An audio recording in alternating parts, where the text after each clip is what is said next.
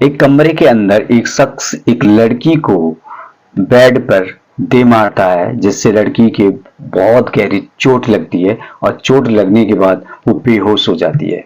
फिर वो बेहोश लड़की को खींचकर बाथरूम की तरफ लेके जाता है और बाथरूम के अंदर टब में पानी भर देता है और उस टब में वो उस लड़की की गर्दन को डुबो देता है, जिससे उस लड़की की मौत हो जाती है।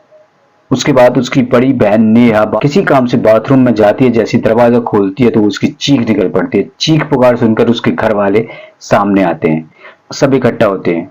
नेहा अपनी बहन के दोस्त यानी साकिब को कॉल करती है।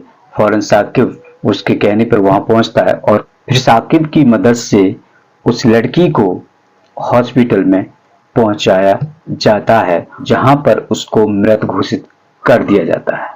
आपके जहन में भी एक क्वेश्चन आ रहा होगा, आखिर उस लड़की को मारा किसने था, कौन था उसका कातिल?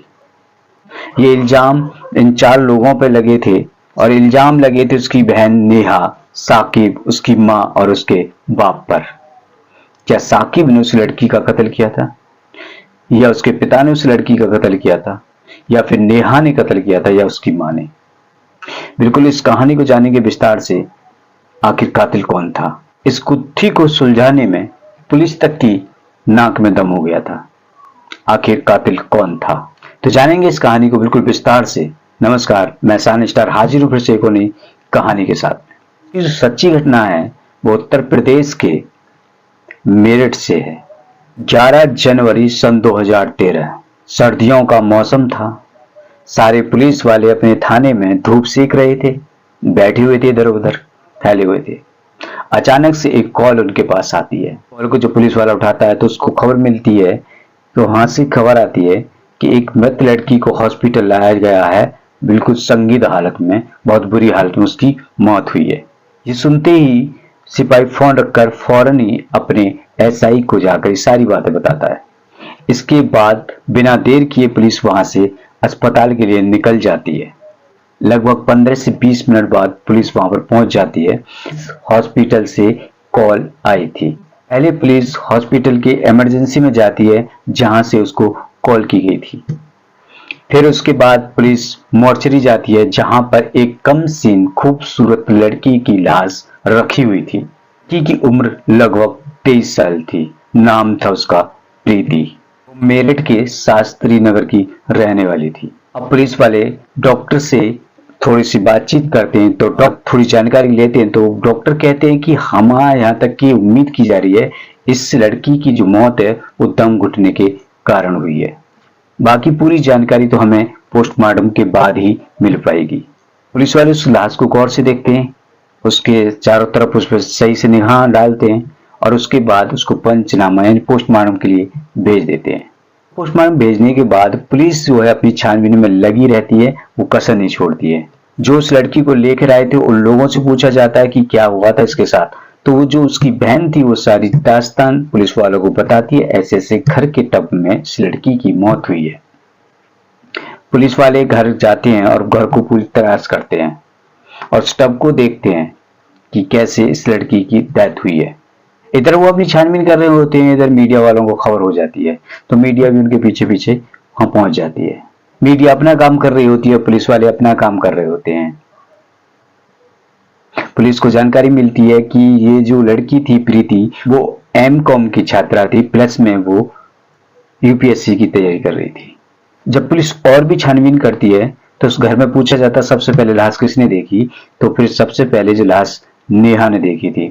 नेहा से पूछती है तो नेहा ने बताया जिस वक्त उसने दरवाजा खोला, जिस वक्त उसने बहन को अपनी संदिग्ध हालत में पाया, उस वक्त घर में वो और उसकी माँ थी। उसने तुरंत साकिब को कॉल की, साकिब आया, उसकी मदद से हॉस्पिटल तक पहुंचाया गया। बेटी नेहा से पूछताछ करने के बाद पुलिस अब उनके पिता भीमसेन से मिलती है, जो कि ओएनजीसी में इंजीनियर हैं। उनकी तैनाती उस वक्त अहमदाबाद में थी, लेकिन वो छुट्टी पर अपने घर आए हुए थे। मृतका जो प्रीति है, प्रीति उसकी सबसे छोटी बेटी थी। बड़ी बेटी जो नेहा वो शादीशुदा है, वो अपने मायके आई हुई थी। भीमसेन ने मीडिया को ये बताया कि हो सकता है बेटी के साथ कुछ मिस हैपनिंग हुई है, जिसके कारण उसकी बेटी की डेथ हो गई। हो सकता है बाथरूम में फिसल के गिर गई, बेहोश हो गई, वगैरह वगैरह। मतलब पिता ने अपनी बेटी की मौत को हादसा करार दे दिया और वो पुलिस को भी यही बयान दर्ज कराते हैं कि एक हादसा है। लेकिन पुलिस थी कि इस मामले को थोड़ा सा और आगे बढ़ाना चाह रही थी। पुलिस इस बार शांत नहीं बैठना चाह रही थी। पुलिस इस मामले को दबाना ही नहीं चाह रही थी और चाहे उसके बाप ने उसे हादसा करा दिया, उसके बावजूद भी वो उस केस को आगे लेके जाना चाह रही थी। लेकिन पुलिस के पास कोई सबूत नहीं थे, कोई ठोस जरिया नहीं था आगे क्या कदम उठा जाए। वो केवल उनके पास सबूत था तो केवल इतना कि लड़की जो है बाथरूम में पानी में उसका सर था, यानी कि पानी में डूब कर मरी है। अब पुलिस फॉरेंसिक टीम की मदद लेती है, मगर वो फॉरेंसिक टीम भी वहां पर नाकाम हो जाती है। वहां भी कोई सबूत उनको हाथ नहीं लगते हैं। पुलिस को बस इतना पता चलता कि घटना के ठीक पहले घर में 3 लोग थे और घटना के बाद 4 लोग हो जाते हैं। अब शक जो है पुलिस का साकिब के ऊपर जाता है, क्योंकि साकिब जो है पहले नेहा का दोस्त था, यानी उसके बाद नेहा की शादी हो जाती है, उसके बाद वो प्रीति का दोस्त बन जाता है। यानी कहीं ना कहीं दाल में कुछ ना कुछ काला नजर आ रहा था पुलिस को। यहीं पर कुछ ऐसा सीन पुलिस ढूंढ रही थी जिसे शायद कोई नहीं ढूंढ पा रहा था। पुलिस को लग रहा था कि हाँ, यहाँ से कुछ ना कुछ हमें मिलेगा, और पुलिस जो ढूंढ रही थी शायद वो सही भी था या गलत भी था, ये तो हमें आगे ही पता चलेगा। लेकिन साकिब को अरेस्ट कर लिया जाता है और शक साकिब पे इसलिए था क्योंकि पहले वो नेहा का दोस्त हुआ करता था, शादी के बाद वो तुरंत प्रीति का दोस्त हो गया, यानी फिर उसका उस घर से आना जाना हो गया और इसलिए उस साकिब पर शक कर रही थी। अभी देखो फैसला नहीं है, शक किया गया था।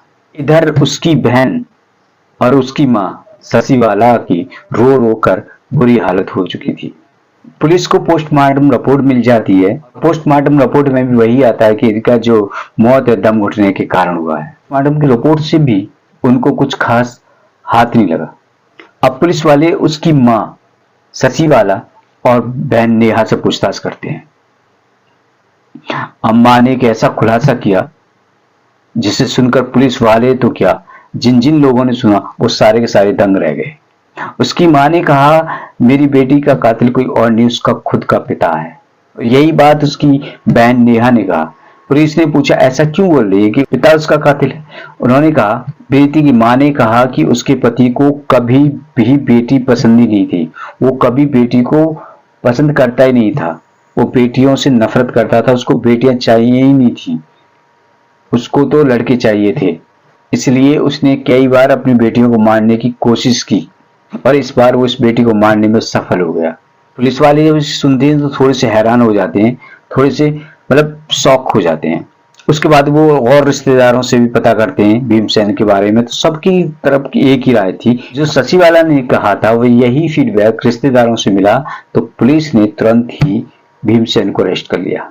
भीमसेन से पूछताछ की जाती है तो भीमसेन नाट जाता है, लेकिन पुलिस तो पुलिस होती है भाई, वो प्यार से बात कर रही होती है तो कोई लोग या कोई कातिल एक्सेप्ट नहीं कर पाता, अपने गुनाह को कोई एक्सेप्ट नहीं करता। जैसे ही वो अपने रुद्र रूप को अपनाती है उसे तुरंत एक्सेप्ट कर लिया जाता है और वो तुरंत तोते की तरह उगल दिया। ऐसे ही भीमसेन के साथ हुआ था।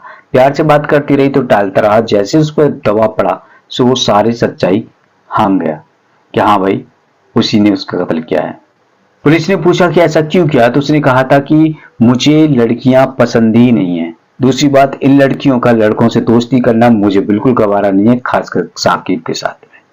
साकिब का घर आना जाना मुझे बिल्कुल भी गवारा नहीं है। मना करने के बावजूद भी ये नहीं माने तो मुझे मजबूरन मानना पड़ा। भीमसेन को अरेस्ट कर लिया जाता है और साकिब को छोड़ दिया जाता है। तो दोस्तों ये थी मेरठ की पुलिस जिन्होंने ये कारनामा केवल 72 घंटों में करके दिखाया था। 72 घंटे में इस केस को सॉल्व किया था। 72 घंटे में ये पहला केस है जो मेरठ पुलिस ने इसको सॉल्व किया था। 11 को मर्डर हुआ, 14 को इस केस को पूरी तरह से क्लोज कर दिया गया था।